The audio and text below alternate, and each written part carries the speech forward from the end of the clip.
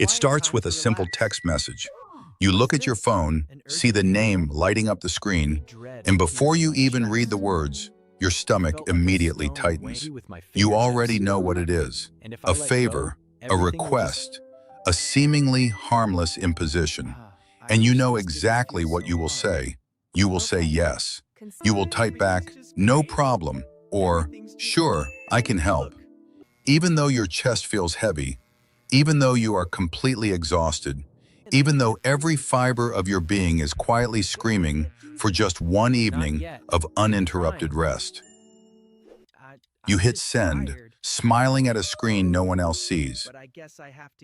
You tell yourself this is just who you are, the easygoing one, the reliable one, the person who is always there for everyone else. But deep down, in the lonely spaces between the text messages and the forced smiles, you do not feel like a good person. You just feel profoundly, inescapably tired. We call it being a good friend. We call it being fiercely supportive. But there is a point where being relentlessly accommodating stops being an act of kindness and slowly morphs into a desperate survival strategy. This is the people-pleasing trap. It is the silent, exhausting habit of consistently abandoning your own needs to ensure nobody around you ever feels a single moment of discomfort. You absorb the friction of the world so others can simply glide through it. But the psychological truth about this compulsive niceness is that it rarely comes from a place of genuine abundance. It comes from unacknowledged fear. It is the fear that if you are not actively useful, you will not be loved. It is the terrifying belief that if you ever dare to say the word no, the fragile connections you rely on to survive will simply snap. I remember a specific time when this exact trap almost broke me.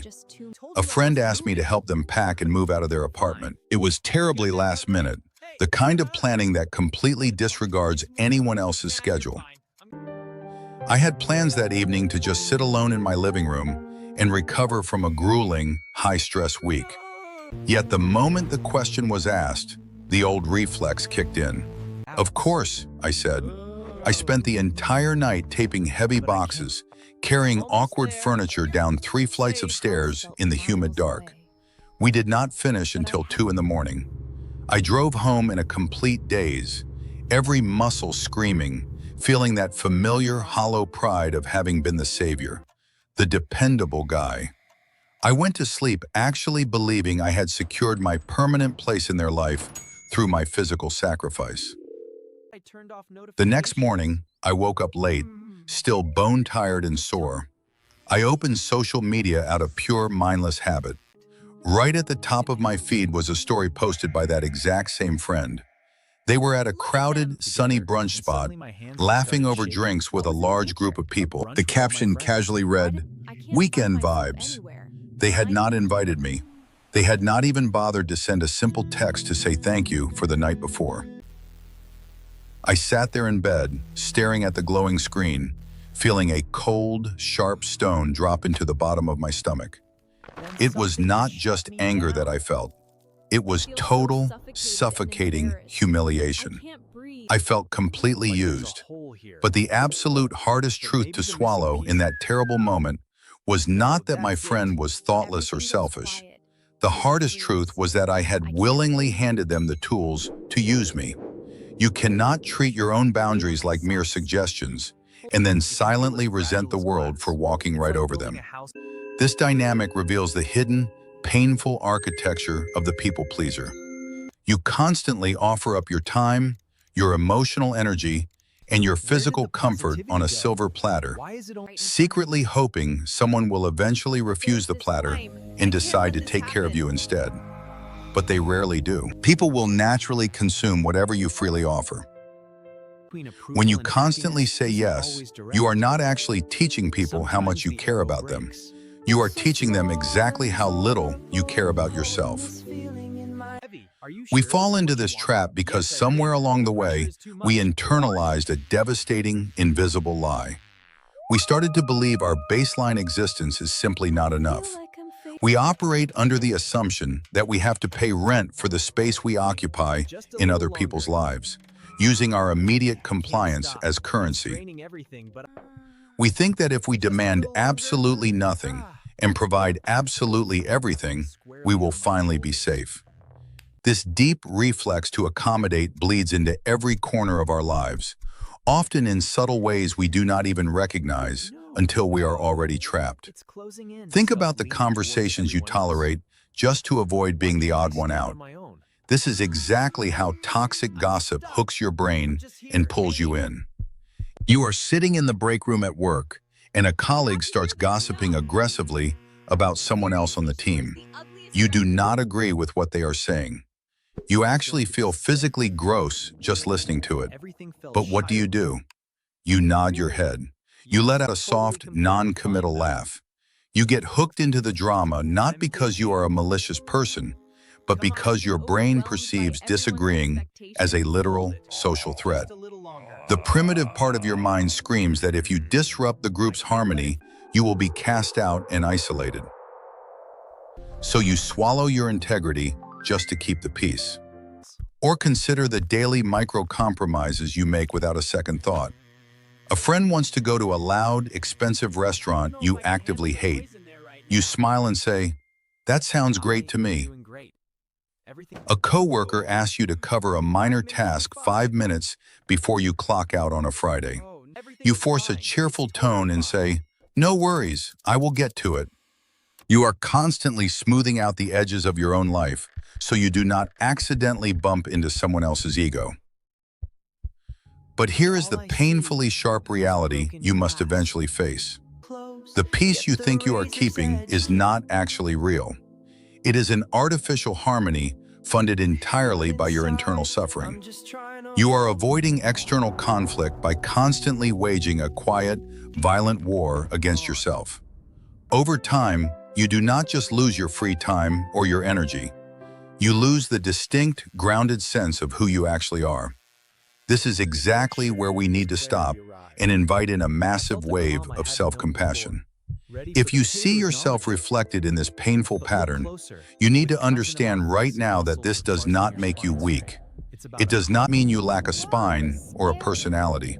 Your people-pleasing is an emotional adaptation. It was likely a very smart, entirely necessary psychological strategy you developed a long time ago, perhaps in your childhood, to stay emotionally or physically safe in an unpredictable environment.